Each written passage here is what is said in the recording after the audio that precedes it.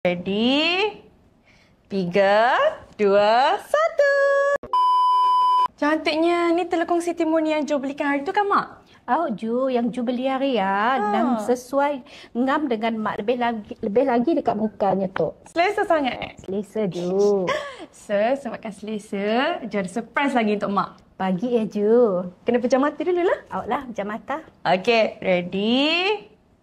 3, 2, 1. Tada! Buka mata, Mak. Apa lagi tu, Ju? Telekong lah, Mak.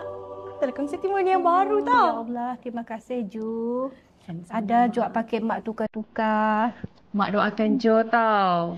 Mak doakan Jo semoga murah rezeki jua and then panjang umur. Amin. Sehat selalu. Amin. Sayang.